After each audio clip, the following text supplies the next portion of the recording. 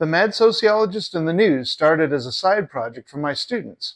I'm an advanced social studies teacher. When things happen in the news, students often ask me to clarify. Sometimes the issues that students asked me about were far more complex than I was prepared to handle in class. So I use the Mad Sociologist in the News as a way to address the more complicated issues, including the nuances that I didn't have time to go over in class. I would post the videos and then offer them to my interested students.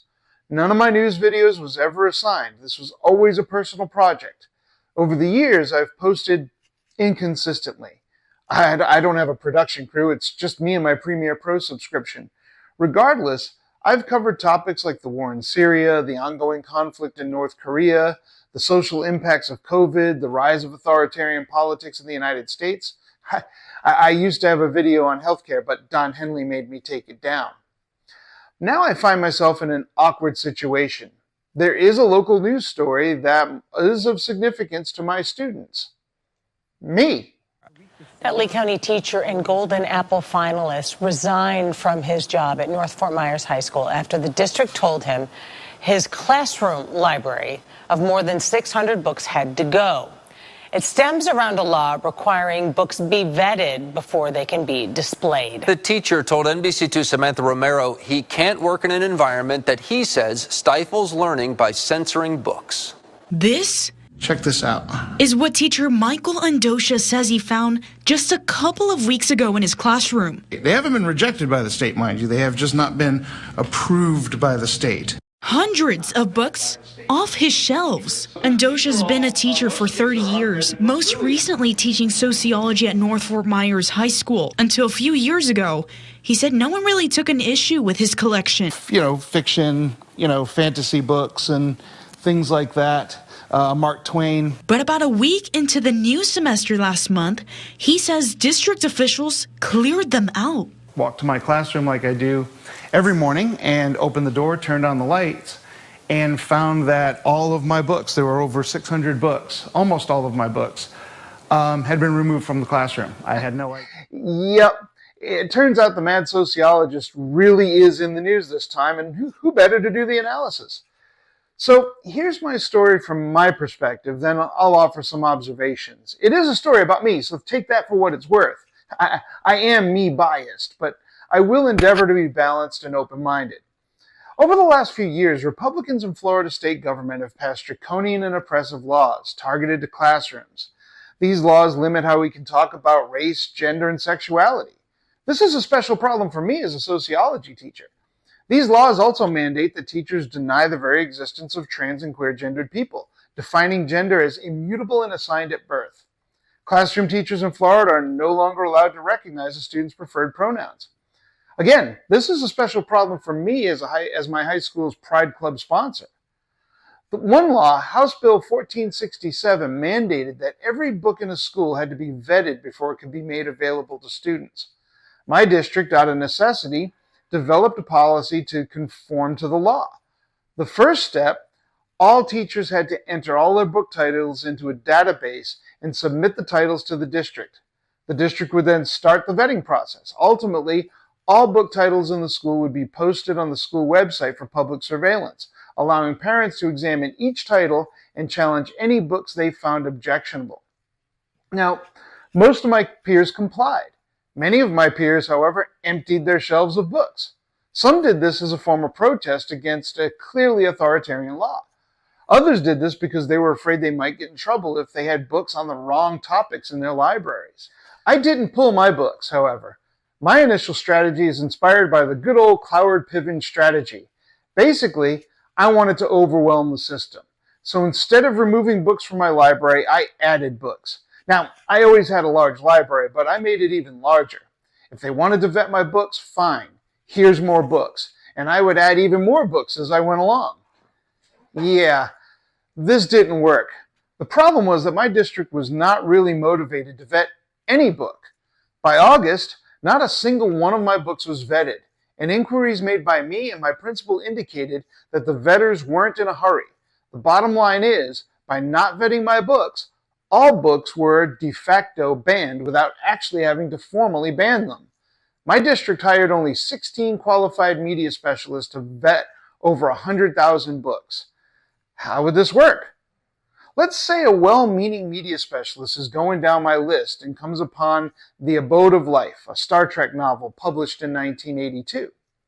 First, they have to get a copy of the book and read it. I looked it up. It's not available in our local library system. You can't get it on Amazon. You can get it as an ebook on Barnes & Noble for, about $10. Who pays for that? I guess they could just borrow it from me. Of course, they didn't. Now, the media specialist has to read it. Now, you could argue that they could just look at a summary and say, well, it's a Star Trek book in an advanced high school classroom. It's probably fine. On the other hand, it does feature Captain Kirk, and we know what he was like. Might there be some inappropriate contact with green alien girls? Can't rule it out. Might there be stuff that offers alternative views of gender? Might there be something in there that might qualify as critical race theory? Nope.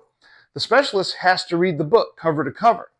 Even books that should have been obvious, like my books on chess strategy and my field guide to reptiles and amphibians, were not vetted.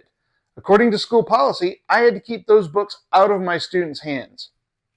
In August, teachers received an email instructing us that any unvetted books had to be covered before open house. This time, I chose a strategy of oppositional compliance. None of my books were vetted, so I went to the resource room and gathered rolls of bright red paper. I covered all my bookshelves and taped a sign on each that said, "These books have not yet been vetted by the state and may contain dangerous knowledge." My hope was to communicate the absurdity of these right-wing censorious laws. I wanted my parents to be outraged, and some were. Most, however, did the best they could to ignore the obvious absurdity of a classroom surrounded by covered bookshelves. I realized then that subtle disobedience wouldn't suffice.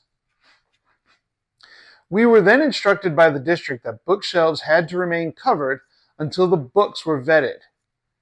I didn't comply. It would have been ridiculous to cover almost 700 books. I've had a classroom library for almost a quarter of a century. Each book has already been vetted by me. Once upon a time in my district, we emphasized reading-rich classrooms. Most of my books were accumulated during that period. Never once had a parent complained about any books in my library. Furthermore, having so many books covered in paper was a distraction in my classroom, let alone morally repugnant. Look, teachers teach more than the curriculum.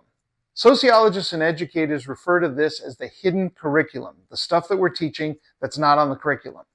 How we conduct ourselves in class is often more influential on the minds of our students than what we teach. By covering my books, I feared I was teaching my students that it's acceptable for the state to decide what can and cannot be read. If the state can ban books in the classroom, it can ban them in public libraries. Then it can ban them in private bookstores. Then in personal homes. If it can do one, it can do the other. I've always been open about my hidden curriculum. My goal is to prepare students to be free citizens and to value free inquiry in a free society. A classroom covered in project paper restricting access to books is not conducive to lessons on freedom and critical thinking. So I ripped the paper off my bookshelves and never covered another book. I did, however, have a process for accessing my books. I didn't completely ignore the policy. On the opening day of my classes, I instructed my students that none of the books in my classroom had been vetted. Therefore, according to the law, I could not give them out. However, if a student saw a book they wanted to read that was not yet vetted, they can come to me and we would figure something out. This whole issue was supposed to be about parents' rights. I thought I could contact the parent and get permission for letting a student read Abode of Life if the student was interested. I was open about my opposition to the law, and as a teacher, I had to find a way to balance the law with my ethical obligations to my profession. I didn't become a teacher to tell students they couldn't read books. I certainly didn't become a teacher to teach students that Ron DeSantis gets to decide what books they read. Ron DeSantis also doesn't get to decide how I show respect to my transgender nonconforming students. Indeed, in 2022, Justice Neil Gorsuch wrote the majority opinion for 303 Creative versus Elenis that, quote, "the government may not compel a person to speak its own preferred messages." The citation he offered to support this claim was Tinker versus Des Moines Independent Community School District, a groundbreaking decision about free speech in public schools. On day one, I informed my students that I do not agree with Florida law regarding pronouns. I told them that if any student went by a different pronoun, they should see me and we would, quote, figure something out that was respectful of their identities. First semester, I got through with no problems. Unfortunately, a big part of the reason was that my students didn't really give me an opportunity to test my resolve about these laws.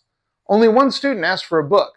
That parent had already informed me during open house that she did not want her daughter to be restricted from any book that she wanted to read. The student asked to read George Orwell's Animal Farm. Among my trans and gender nonconforming students, none of them came to me about their pronouns. Now, both of these situations were unusual. Historically, I would loan out between 30 and 50 books a year, and I always had at least half a dozen students who came to me with preferred names and pronouns. This year, nothing. Was the oppressive policy filtering down to students as well as teachers? Were students protecting me from myself? I can't say. What I can say is that the overall atmosphere was stultifying.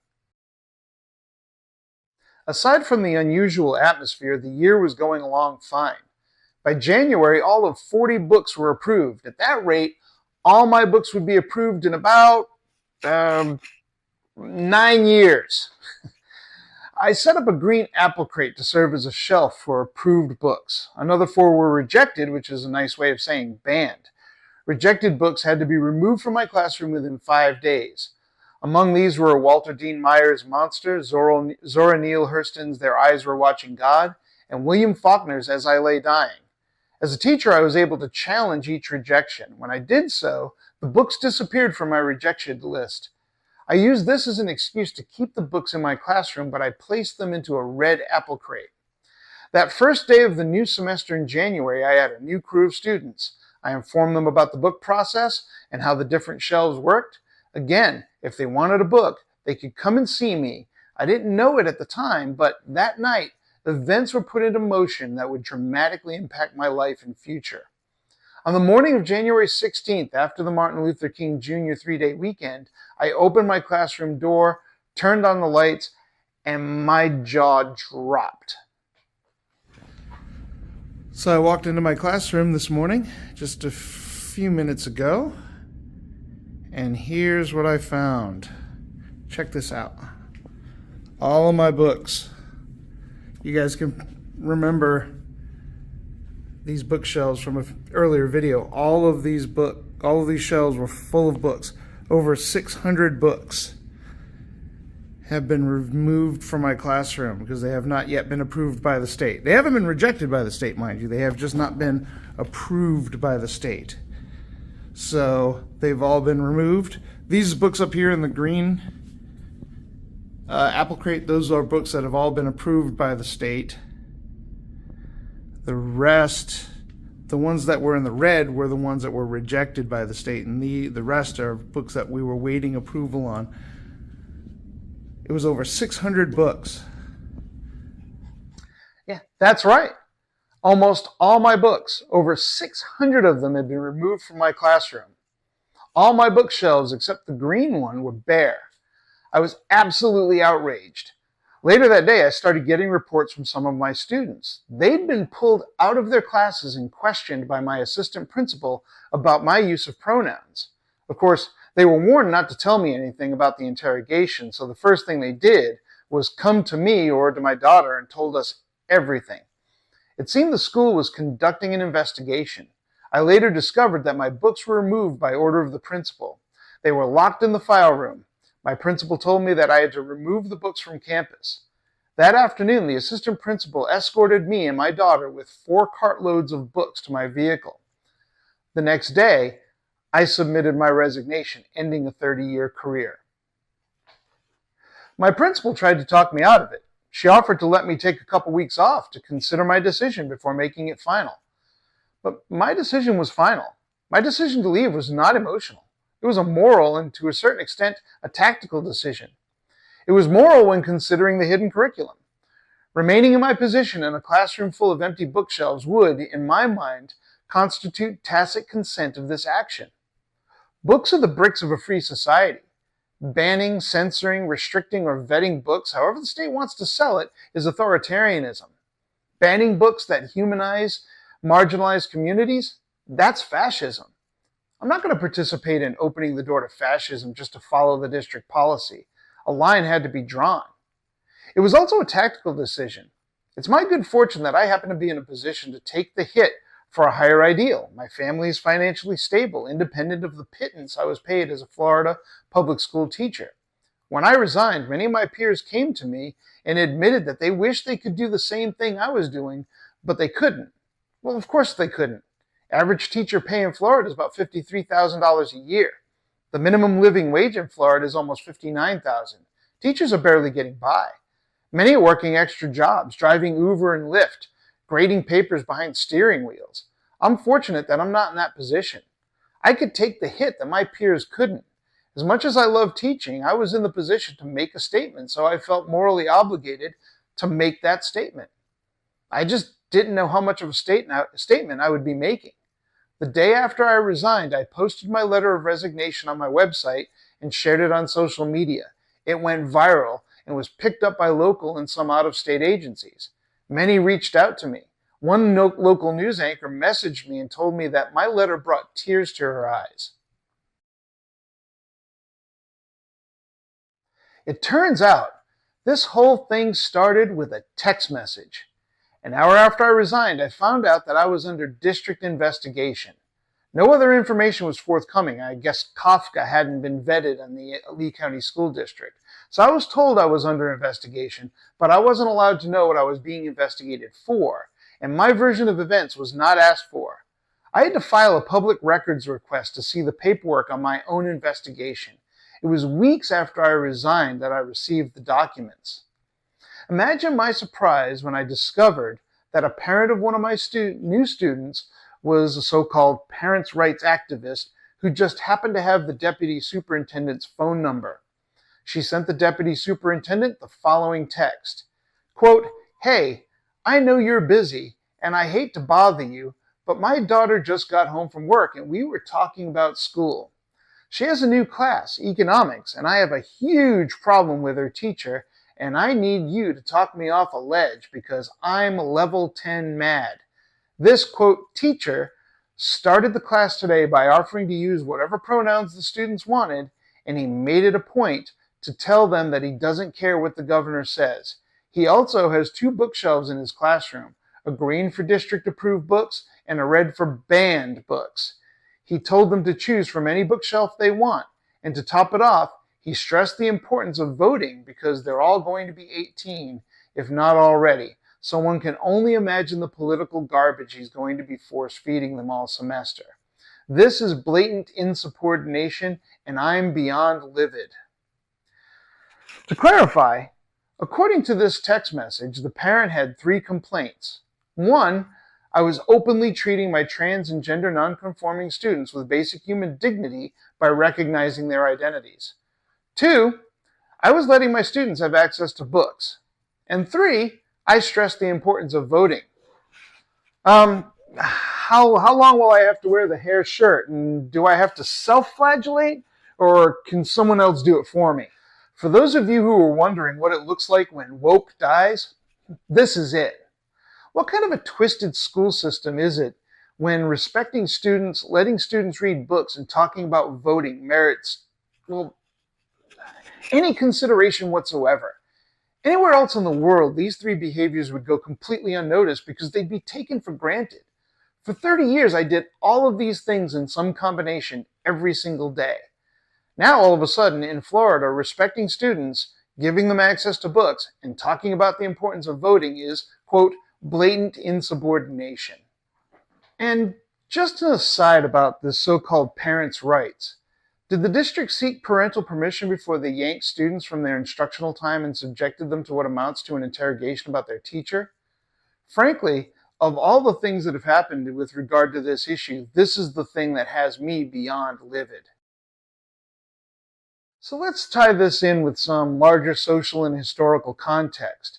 Since this is a personal anecdote, I start at the micro level. At this level, we're talking about the relationship between teachers, parents, and students, and what these laws do to that dynamic. Over my 30-year career, I've dealt with a number of parent concerns about the positions I've taken in the classroom. Being as objective as possible, these concerns may not have been founded, but they were legitimate. First, I teach social studies, which means I'm going to address topics that may trespass on a parent's or family's values, politics, religious beliefs, cultural practices, any number of things. It's impossible for me to navigate all the nuances of all my students' families. I'm gonna step on someone's toes. One incident comes to mind when I was teaching an advanced AP class about the expansion of early Christianity, which was part of our curriculum. We learned about the Council of Nicaea and how Christian churches that had developed their own ways of doing things for over 300 years had to come together and align their core beliefs, practices, rituals, and even accepted scriptures once Christianity was recognized by Emperor Constantine. Of course, I offered a secular understanding of these events. This caused confusion for one of my devout Christian students. Her family and church taught her that these decisions were guided by the Holy Spirit and were divinely inspired. Her parents and minister reached out to me, and we had a great conversation on the topic. The result of the conversation was that I agreed to explain to my class the secular approach I was taking, but to also point out that others may take different approaches. This improved my lesson on this topic because I used it as an opportunity to introduce my class to historiography and historical methodology. The parents, on the other hand, understood the complexities of teaching an important religious event in a classroom full of diverse students and appreciated the fact that I was willing to work with them. Everybody won. Secondly, for many of the years that I've been teaching, I've had a publicly facing persona. I've been an active environmentalist. After 9/11, I took some unpopular anti-war positions, especially about the Iraq War. Almost all my essays and observations are available online. Some parents have a problem with my public persona and understandably have concerns about how this may overlap with my classroom persona, and this is a tricky balance. But I've never had a parent come to me with a concern about my public positions who did not leave satisfied that I was not trying to indoctrinate their children. I've even invited parents into my classrooms to participate in our discussions with almost no takers. That's why I was fixated by one sentence in this particular parent's text message. Quote, "One can only imagine the political garbage he's going to be force-feeding them," unquote. I'm sure this parent's imagination was vivid, but she didn't have to imagine anything. She could have just asked me. At the time, an outline of everything that I was planning on teaching that semester was readily available to my parents on Google Classroom. My syllabus had my curriculum broken down by the day, explaining everything that I would be teaching through the entire semester. Many of the materials and supplements that I used were on my website. And if that wasn't enough, she could have sent me an email just as easily as she sent a text message to the deputy superintendent, but she didn't do that.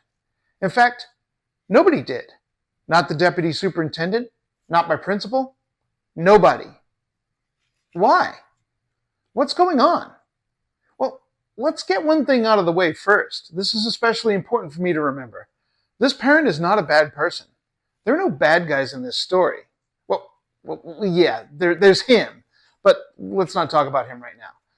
This parent, at the most basic level, is simply trying to protect her daughter. But what is she trying to protect her child from?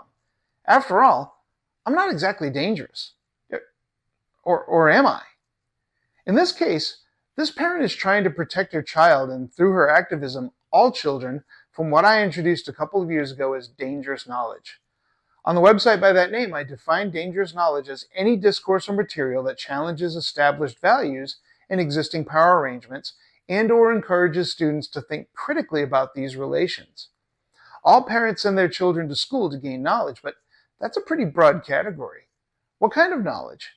In the 19th century, when the decision was made to formalize public schooling infrastructure for the entire nation, there were three justifying principles.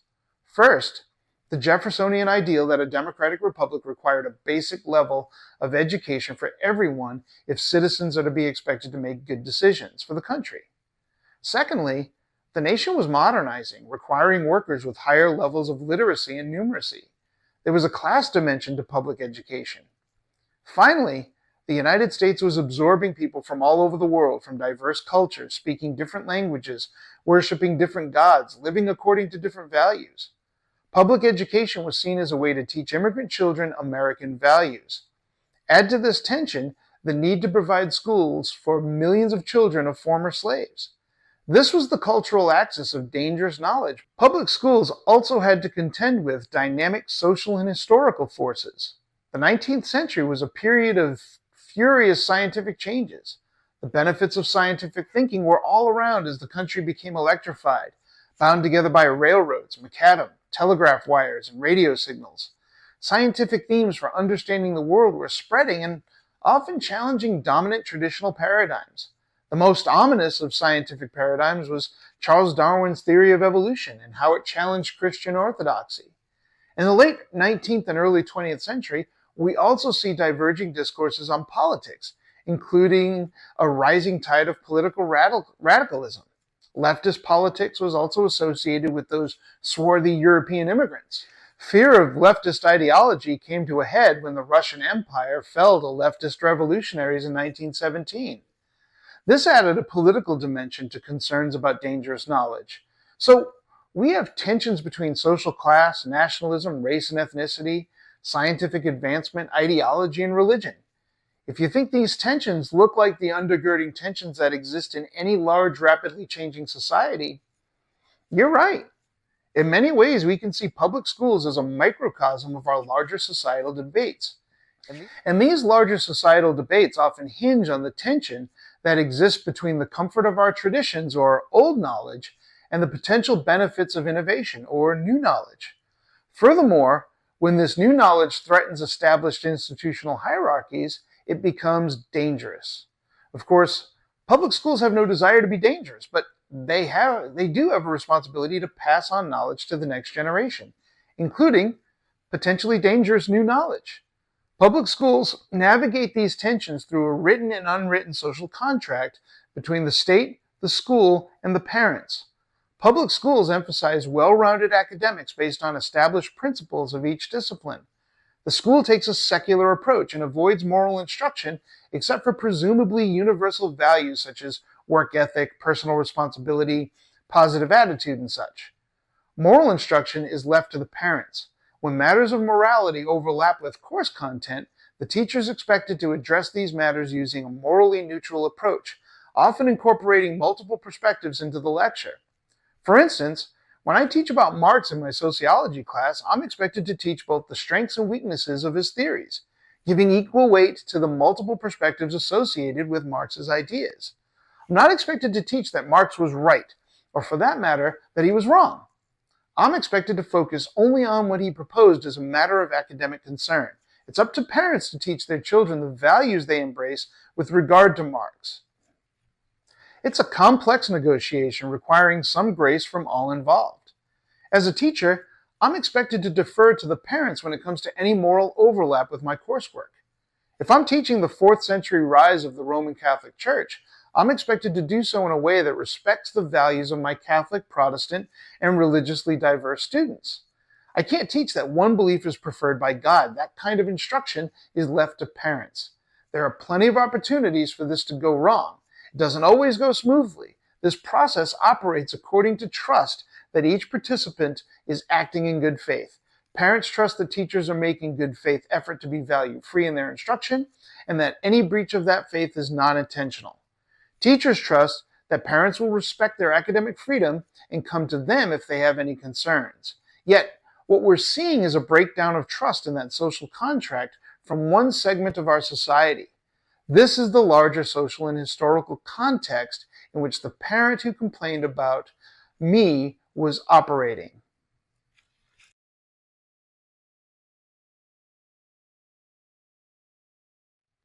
So why did this trust break down? Yeah, what did teachers do? Whoa, wait a minute. The truth is, this distrust of teachers is something that has been building for quite some time and has evolved. I wrote about this on the Mad Sociologist blog.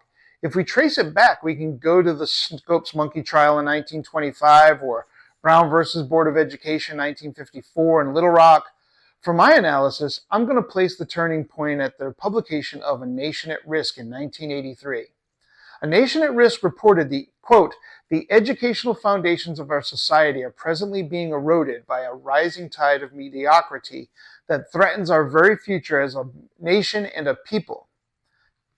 The commission writing the report identified declining SAT scores in high school graduates, struggling with literacy and numeracy, as well as declining status of American students on international rankings as proof that our public education system was failing. The report dramatically emphasized if an unfriendly foreign power had attempted to impose on America the mediocre educational performance that exists today, we might well have viewed it as an act of war. Frankly, the report was based on some questionable data, but that's not to say that there weren't plenty of areas where American education fell short. There was tremendous inequality between school districts. Schools were overcrowded. Curriculum and practice were often antiquated and didn't align with new research on teaching and education. Teachers often lacked training in the courses they were teaching and the most up-to-date research on education. Public schools in the United States were in a rut. When I went to college to study education in the late 80s, I became interested in school reform movements, and there were a lot of them. Many were based on sound science and pedagogy. Yeah, we didn't do any of those. By the late 80s, the United States was well invested in the neoliberal experiment, taking Ronald Reagan's claim that government isn't the solution, government is the problem as a mantra, and fueled by Milton Friedman's economic theories, the dominant reform discourse at the time was in so-called market-based reforms. Market-based reformers identified three problems with American public schools. First, public schools were public schools. They were government entities, and government is the problem. Secondly, public schools were failing because teachers were lazy and incompetent, those who can do, those who can't teach, but were protected and entrenched by powerful and corrupt unions. Finally, public schools were progressive. Namely, they spent too much time coddling those people when they should be dropping the hammer on them. Florida was ground zero for the neoliberal experiment in public school reform. First, public schools should be privatized as much as possible. Neoliberals couldn't just tear down public schools and put up private schools. That would be hard to sell. Market-based reforms took the moral neutral position that parents should have choices as to where they send their children, as if education were a consumer market. Public schools were thus forced to compete with each other, as well as private schools funded by vouchers and charter schools funded directly by the state. Those schools that couldn't compete would lose students and be shut down. Toward this end, accountability measures were introduced to force lazy teachers to do their jobs and to make it easier for parents to find quality schools for their children. Students were subjected to a litany of high-stakes tests. The results of these tests were used to grade schools as well as to determine teacher effectiveness. Their pay and their jobs were dependent upon progress on student test scores. In a nutshell, teachers were accused of being lazy and incompetent government employees. They couldn't be trusted to do their jobs. They needed to be disciplined by the ruthless principles of the market. Parents, as consumers of education, would provide this discipline to shiftless schools and teachers by voting with their feet, sending their kids to the best schools with the best scores. By 2009, the neoliberal movement was a shambles. It didn't just fail schools and students and teachers, but the world. Neoliberal orthodoxy led directly to the financial collapse of 2008. By 2009, all of those government isn't the solution corporate CEOs were begging the government for help and getting it. The neoconservative global projects were quagmired in two unwinnable wars in the Middle East. The movement was so discredited that one of, those people was elected president of the United States, and the right went batshit crazy. In November of 2011, the mouth-frothiest of the mouth-frothers, Rush Limbaugh, announced what he called the four corners of deceit. Quote, what this fraud, what the uncovering of this hoax exposes is the corruption that exists between government and academia and science and the media. None of what they do is real. It's all lies. Put on your glasses, man. Take the red pill. It's all lies. Lies, I tell you. The four corners of deceit, according to Limbaugh and embraced by the right, were government, academia, science, and the media. All four of these institutions were liars dedicated to the left-wing agenda. Nothing coming out of government, colleges, and universities, research institutes, or especially the lamestream media could be trusted. Only right-wing institutions like the Rush Limbaugh show told the real truth. Of course, public schools exist at the convergence of all four corners of deceit. Public schools are government institutions, often decried as government schools. Teachers are academics. Coursework is based on scientific methodology, and the media provides the textbooks and materials that the schools use. All four of these institutions have been taken over by the far left and constitute a deep state cabal intent on, doing something bad. And they're using public schools to indoctrinate your children into embracing cultural Marxism, atheism, and a queer lifestyle. So the good news is that teachers are no longer perceived as incompetent. Instead, teachers are deep state psyops agents dedicated to indoctrinating children into a gay Marxist New World Order. Oh, God's sake. Oh my Jesus Christ. I believe this is the trend that motivated the beyond livid parent in my story. To be fair to her, if I believed that my children were being indoctrinated by sinister forces within the public schools, I'd be inclined to do something about it. The problem is that she and her peers are deluded. They're deluded on multiple levels. The most pressing level is their delusions about teachers. Exactly none of their assumptions about teachers are valid. Maybe there might be a teacher out there who wants to indoctrinate kids into one ideology over another, but I've never met one. The overwhelming majority of teachers are not at all ideological. According to a poll conducted by EdWeek, 43% of teachers identified as moderates, while 24 and 23% respectively identified as liberal and conservative. Only 5% identified as very liberal, let alone Marxist. Even the Conservative Heritage Foundation concluded, quote, "Rather than radical teachers seeking to indoctrinate their local communities, our research suggests that teachers hold views that are generally reflective of the college-educated populations in which they live. Although teacher opinions tend in the liberal direction, our findings suggest that attention-grabbing headlines about Marxist history teachers are exceptions rather than the norm," end quote. Parents also grossly overestimate what it takes to indoctrinate students. Any teacher can tell you that if they were capable of indoctrinating students, they wouldn't have the problems they have. We can barely get our students to do their homework, let alone embrace Marxism. The amount of energy that I put into indoctrinating students into not writing "some may say" into their essays would boggle your mind, let alone trying to convince them to cross-dress. As engines of indoctrination go, public schools are not particularly effective. Students travel from class to class, where they encounter mostly centrist teachers. Any indoctrination they receive from leftist Mr. Andosha will certainly be undone by conservative Mr. Jones. Any indoctrination they get from atheist Mrs. Smith will definitely be watered down by devout Christian Mrs. Brown. As it stands, there's no mechanism within a public school setting by which students can be indoctrinated in the way that organizations like Moms for Liberty or the Florida Citizens Council assumes. Finally, they're deluded about the effective prescription for dealing with potential indoctrination. If you don't want your child to be indoctrinated, the solution is simple. Advocate for academic freedom. Advocate for a diverse faculty. Advocate for inquiry-based learning. Indoctrination is impossible in the face of such values. Yet in many ways, movements like Moms for Liberty are advocating exactly the opposite strategies. That's where we have to address the final trend. That is, the politically empowered movement of anti-liberalism, Christian nationalism, authoritarian populism, or, as I would say, fascism that has all but taken over the Republican Party.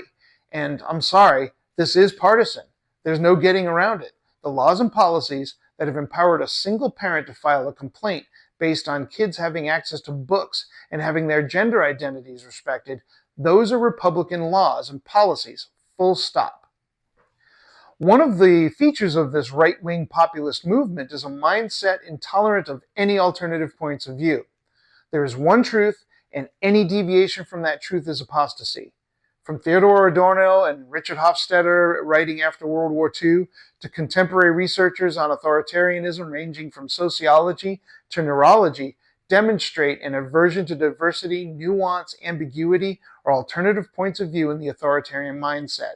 The goal then becomes to stamp out any discourse that might challenge accepted authority. If you think this infers an agenda on the part of the authoritarian movement to indoctrinate students against liberalism, well, just do a simple mind experiment. If you wanted to use public schools to indoctrinate students, how would you go about it? Well, the first thing you would do is homogenize the discourse used in schools. Optimally, you want your staff to be homogenous, representing one narrow or acutely related cultural and political milieu. That's difficult to do. The next best strategy then is to silence and stifle any ideas that contradict your own. You do this by enforcing a constrained curriculum, forbidding certain topics from being taught, even making some topics illegal. Only those topics approved by the movement will be tolerated. Any approved materials will be allowed. Then you might use your children to police teacher speech while at the same time stripping teachers of any protections for academic freedom. Teachers need to live in constant fear that any misstep on their part could end their careers. Does this sound familiar? I noticed a turning point after 2020. Of course, 2020 was a brutal year. In the beginning of the year, a novel virus started to spread. By spring, this virus had grown into a pandemic, necessitating that nations all over the world shut down their economies and focus on a global health crisis. In the middle of the year, the nation was rocked when George Floyd, a black suspect alleged to have passed a counterfeit $20 bill, was murdered in police custody. The murder was caught on video as Officer Derek Chauvin kneeled on a handcuffed Floyd's neck for almost 9.5 minutes, suffocating him to death. Millions of outraged Americans and activists all over the world took to the streets demanding change. It was an especially tough year for the political right. Holding the reins of power, it turned out that right-wing conservatism is not adequate for dealing with a national emergency. With activists taking to the street demanding political reforms, police reforms up to and including defunding the police, conservatives responded with brutal suppression. Progressives, or at least progressive ideas, however, did fairly well. Come to find out, those four corners of deceit were instrumental in dealing with the pandemic as well as calls for social justice. In the face of an economic lockdown, government stepped up with the Consolidated Appropriations Act and the CARES Act, progressive legislation embraced by both parties designed to help Americans weather the economic travails of having the market put into a temporary coma. It worked, and these policies were popular. We literally reduced poverty in the midst of an economic recession. Of course, science stepped to the plate. Through a combination of government investment, sharing information, and private-public scientific collaboration called Operation Warp Speed, the United States developed the first effective vaccines for COVID by the end of the year, a major scientific breakthrough. Meanwhile, academia was working to make sure that learning didn't stop. It wasn't an easy task. Teaching to a screen full of black rectangles, live streams of ceiling fans, and an occasional student forehead wasn't easy, but we made it work. Later, we had hybrid classes and social distancing, tracking, disinfecting our classrooms between classes, unpopular mask mandates. We were literally reinventing education while parents learned just how challenging a teacher's job was. Shonda Rhimes tweeted, quote, "Been schooling a 6-year-old and an 8-year-old for 1 hour and 11 minutes. Teachers deserve to make $1 billion a year or week," end quote. For a brief period, teachers were on the list of heroes right alongside ER doctors, nurses, EMTs, and other overwhelmed medical providers. And the media kept us up to date with the most recent information. We turned to the media to help us decide the risks of going to the store. We kept track of when the virus was spiking in our area. When the vaccines came out, it was the media that directed us as to where to go. We also got to see in real time just how inept our leadership was. It turned out that the four corners weren't so bad after all. Furthermore, in light of massive protests for social justice, communities really did start listening to the protesters and re-examine policing and criminal justice. Reformist DAs were getting elected, police districts were experimenting with reforms. Even Ta-Nehisi Coates, a noted cynic when it comes to the prospect of racial progress in America, was feeling hopeful for real change. In a conversation with Ezra Klein that year, Coates said, quote, "I can't believe I'm going to say this, but I see hope. I see progress right now at this moment," end quote. Look, when Ta-Nehisi Coates is feeling hopeful, something has to be done. So by the last half of 2020 and into 2021, we see the backlash by the right as they tried to take control of the narrative again, especially during an election year. Among the first strategies used by the right was a full frontal attack against teachers and public schools.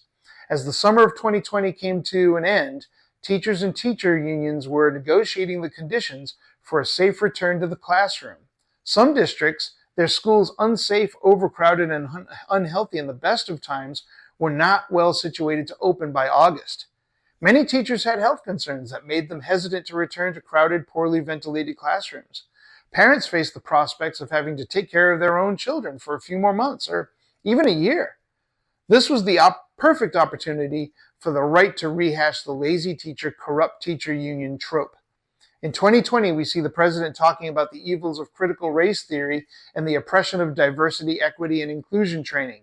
By 2021, protests erupted in school boards all over the country, presumably grassroots efforts on the part of parents to force lazy teachers back into the classroom and to get rid of oppressive mask mandates and to reassert parents' rights in the classroom. Ron DeSantis stepped up his war on woke with the Stop Woke Act. Of course, this movement was hardly grassroots in the traditional sense of the word. According to consultant Melissa Ryan in an interview with NPR, quote, "The flames are being fanned by national money and resources.